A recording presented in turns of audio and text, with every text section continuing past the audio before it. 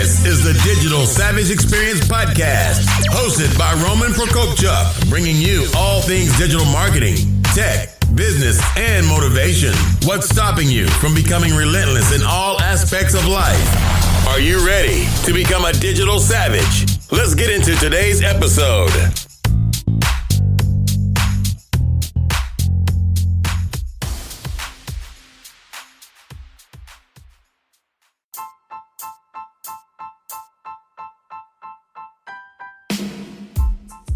Hey everyone, this is Prokopchuk, and this is the Digital Savage Experience Podcast. Today I have with me Kerry and Adam Anderson. Kerry Anderson is Chief Family Officer at Whole Life Entrepreneurship. Kerry left her career as a pediatric nurse to be a stay-at-home mom when her husband Adam, a serial entrepreneur, began spending more time traveling for work. This lifestyle quickly took its toll on their relationship. Under the stress of their crumbling marriage, Kerry and Adam sought counseling, meanwhile developing their own business-based methods for rebuilding their relationship. Today, they're on a mission to share what they've learned, supporting other entrepreneurial couples as they navigate the chaotic world of marriage and entrepreneurship. Thank you for joining me today. Woo, good to be here. Crumbling marriage. I always forget that's in the intro. Wow. Man, that sounds tough. That sounds deep. It's heavy. Yeah. So kind of tell me how you got to that point. Tell me a little bit about your guys' journeys and how did you get to the current versions of yourselves? Yeah. So Adam and I have been together, I think a total of like 16 years. And about 14 years ago, he started his own company, and it kind of opened the floodgates to his true entrepreneurial self, and started tons of companies after that. So we have definitely been on the roller coaster ride of entrepreneurship and just figuring it out. It wasn't exactly something that I knew I was getting to. So it certainly caused some issues in our relationship. He traveled a lot. There was a lot of stress. He was a workaholic, things like that. It started to kind of take its toll on both of us. And we came very close several times to divorcing. After that, happy ending, don't worry. After getting some counseling and figuring out some things and just really figuring out how to work together to do family life business together, we started sharing some of what we learned with other folks that we found were living the same lifestyle. And yeah, so now it's kind of turned into its whole little beautiful monster, which is Whole Life Entrepreneurship. No, that's awesome.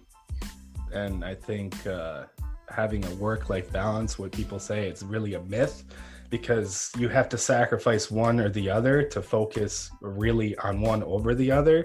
So you're either going to kind of, have issues on the family side when you're going all in on the business, or make compromises on both ends to kind of try to appease the working relationship for a business as well as, a marriage or any other kind of relationship.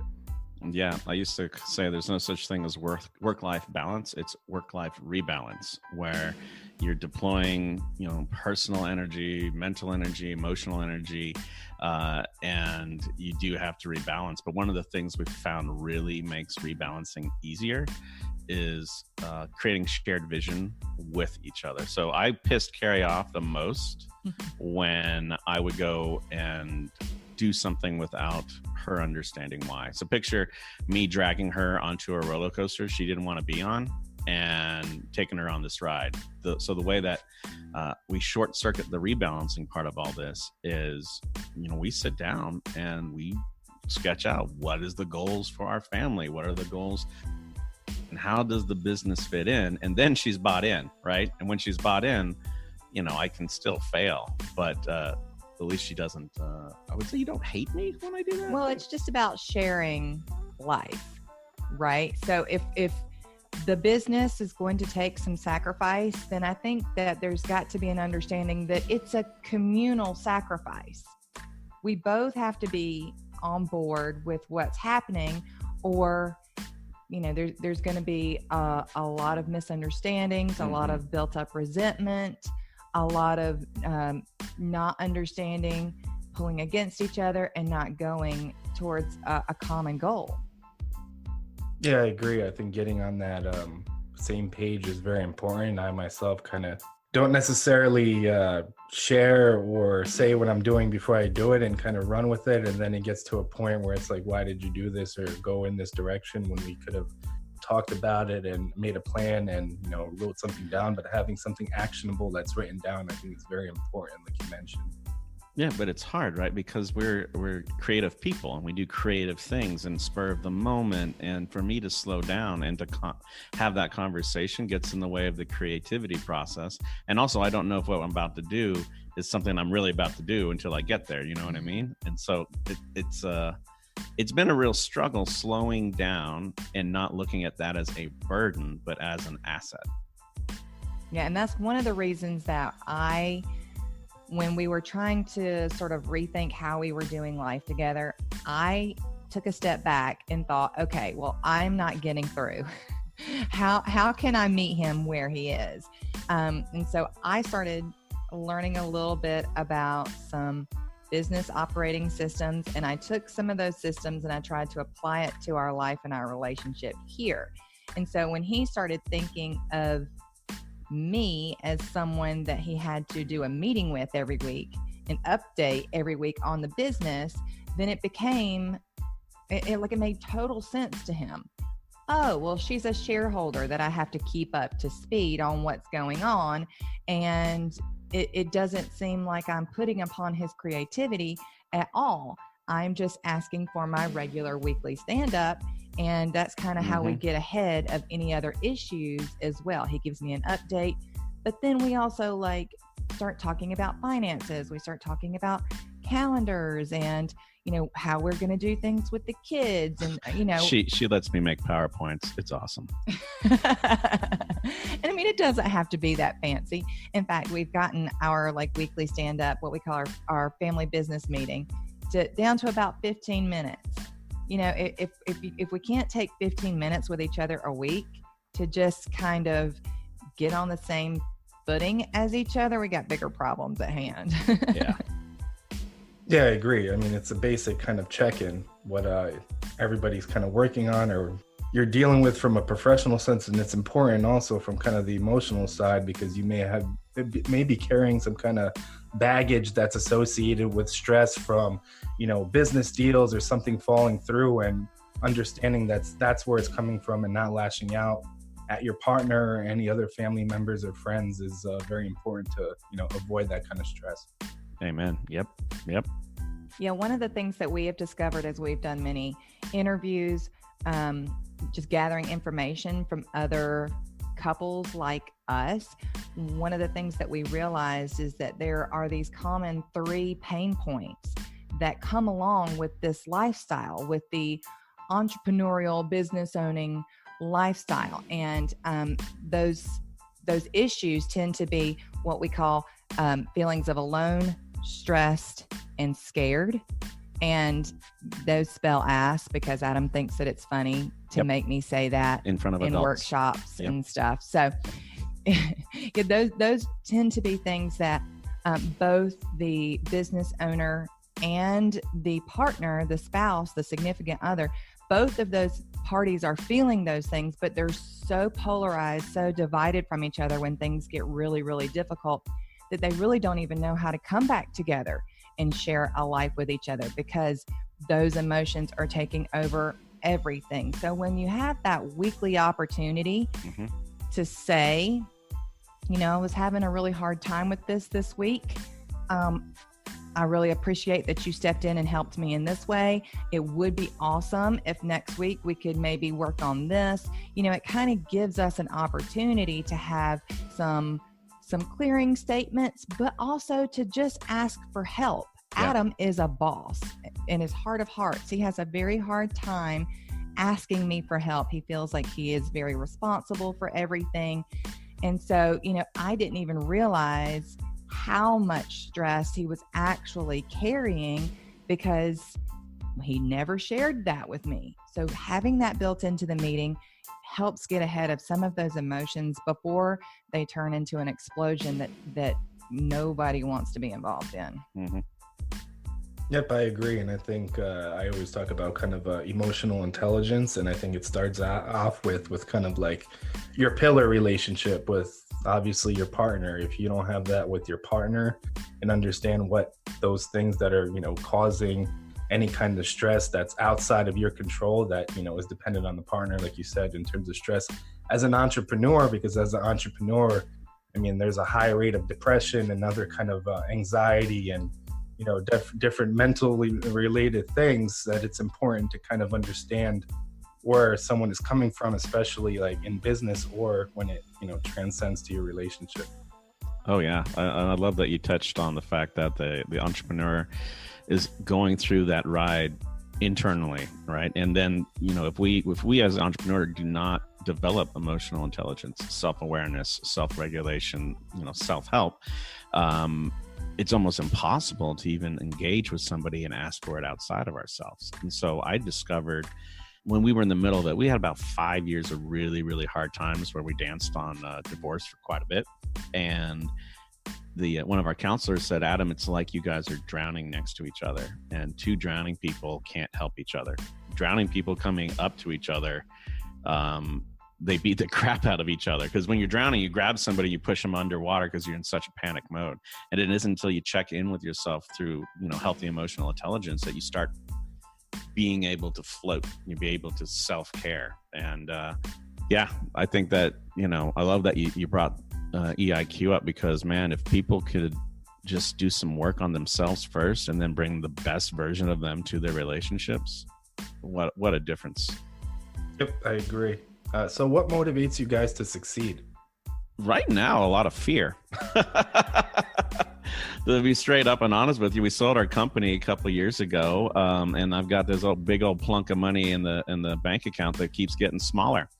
And we have a lot of different things that motivate us. I feel like we're super deep and thoughtful people, but I'm in a current season where a lot of what I'm doing is coming from a scarcity mindset and fear, and I can see it happening, and I know I can't live there. But for me right now, I gotta restart the engine. I gotta prove that I can do it again. So I've got a lot of negative self-talk that's happening to me that is a catalyst for me to try to succeed. And that's kind of getting in the way of a deeper, bigger vision that I used to live. So I'm on a down slope right now, but I think luckily though, he has me to balance him out. Amen, sister. There you go. That's it. Punchline. That's what I was fishing for. I was about to say that. That's what I was about to say. So, it's amazing the change that I've seen in our life together, because I know when he's feeling those feelings of fear, better how to support him in those ways. You mentioned earlier depression. I was just talking to someone the other day who had said, I went through this big bout of depression. The company was really struggling. My spouse did not understand how to support me through a depression like that, because she knows that I'm not a person who is typically depressed, but this lifestyle can really, really take its toll on a person. So I think, one of the things that I have learned along my journey is how best to support him through some of these times when he's really discouraged, when he's really worried, when he's really scared. And I am, because I, tend to be someone who's very anchored in my purpose. I hope that I am that anchor for him in so much as like how we want to succeed and where we want our life to go together and our family's life to go together and what kind of legacy we want to live for our kids. Those are the ultimate things that for me keep me moving towards success. So I think sometimes, we can kind of play back and forth. When he's having a hard time, he can lean on me. That's what sharing a life is actually about. And same, there are times when I get really discouraged, when I get really, really anxious and worried about the future. And he's the guy with the big vision who's like, oh no, I got you. And, we're so much more evenly yoked now in that way. So when, we just kind of take turns and both of us are going in the same direction and we're not having to drag each other. And so I think success for me is just that idea of what we want our life to look like, and 5 years, in 10 years, and then what we want the world that we leave behind to look like for our children. So those are the things that really motivate me towards success. And I hope that you get some of that feeling when you're having a hard time too. Legacy. Yeah, I was just about to say that. So what's one thing that you guys may have had as a weakness that you've turned around and utilized as a strength today? Ooh, I got my answer. You want to go first? No, you go first. No, mine's going to be super great. And I want to like drop the mic on it. Okay. One of the things that I tend to get a little bit in trouble with is that I am an extremely passionate Southern woman. And sometimes that can come out a little harsh, especially in the midst of conflict. As I have learned to manage conflict better in my sage older years, I've been able to turn that passion in a different direction. Honestly, and sometimes in what we just talked about, I can be very, very driven in where I'm going. And I kind of steer my passion in that direction, as opposed to it coming out in an explosion and coming out sort of like overzealous, or even sometimes in anger. I can tend to get a little out of control there with my emotions if I don't keep them in check. But if I redirect them, I think that it actually turns out to be an asset for me. How about you? Yeah, you're less of an explosion these days and more of a laser beam. Thanks. Yeah, exactly. Yeah. My extreme extrovert and need to have a good time and have people like me got me a long way, but it also led to a lot of self-destructive behaviors. Like, I'm very susceptible to that entrepreneurial depression, alcohol's involved, just those kind of things over the years have, we used to joke that our company ran on my liver, right? I would go out and I would take folks golfing, I close, and I was justified staying up to 2, 3 a.m., doing anything I needed to do to get the close, to do the sale. It turns out that is super self-destructive, and being able to turn that around and still be the guy who helps the folks, but giving myself freedom to be creative and saying I don't have to do it by being the party guy or I can be a guy who comes home for dinner and still get the close and still have the same passion in different ways. So it's been real freeing to give myself permission to reimagine how I do business, keeping the same energy, but maybe putting down some of these toxic behaviors that used to be successful for me, but come with a really huge cost. Yeah, I think that's important, kind of pivoting away. That's something may be working in the past that you can do kind of better, and it's more rewarding for you. And obviously, like you said, being passionate as well. Obviously, I think passion is important. And I think oftentimes in some situations, if your reaction isn't you being upset or angry, it may not show that you are passionate about something. So it's kind of like a double-edged sword in some situations. Yeah, it looks like apathy. Yep. So what's one piece of advice you can leave with the audience, either personal or professional? I think that one of the things that really got us to where we are now is that I think if I had to say too, I'd have to take credit for going first when we were in a really, really bad place and we were clinging to each other and dragging each other down. I just got to the point in the middle of all of that where it turned me into somebody that I didn't like. Anger and bitterness and resentment will do that to a person. And I kind of took a moment to step back and say, whoa, this is not where I want to go with my life personally. I'm going to step back and start doing some work on me. So I would say to anyone who is in an entrepreneurial relationship and you tend to struggle a little bit and you really want to work, but maybe your partner isn't ready, I think I would say, don't let that stop you. You can always take the time and work on yourself. And I think eventually it'll start rubbing off on the people around you. I mean, it certainly did for us. Yeah. My big takeaway, or my nugget that I like to share is a kind of a definition of what success is, or actually what failure is. To me, failure is being amazingly successful at something you do not care about. And there's so much momentum when you are winning. You're getting the self-esteem boosts from closing business. Your company's growing. You're doing all this stuff. But I cannot tell you how many people I've talked to who have had amazing business success and turn around and everything's gone.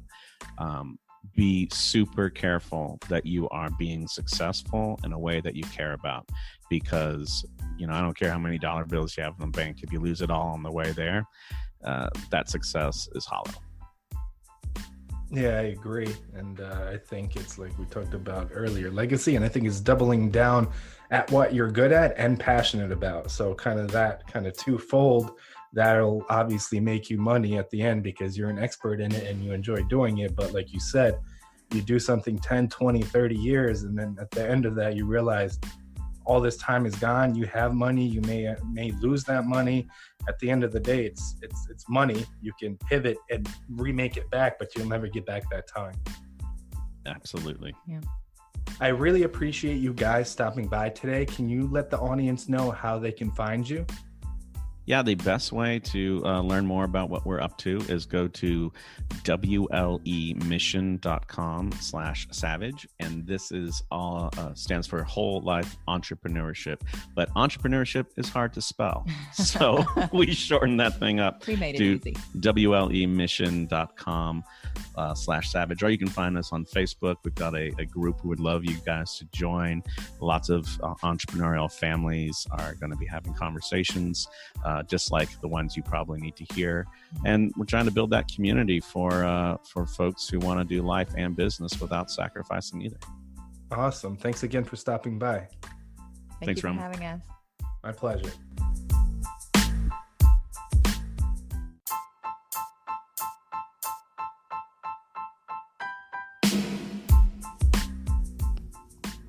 Hey everyone, this is Roman Prokopchuk from Roman Prokopchuk's Digital Savage Experience podcast. If you haven't heard about Anchor, it's the easiest way to make a podcast. Let me explain. It's free, so that's always good. There's creation tools that allow you to record and edit your podcast right from your phone or computer. Anchor will distribute your podcast for you so it can be heard on Spotify, Apple Podcasts, and many more. You can make money from your podcast with no minimum listenership. It's everything you need to make a podcast in one place. Download the free Anchor app or go to anchor.fm to get started.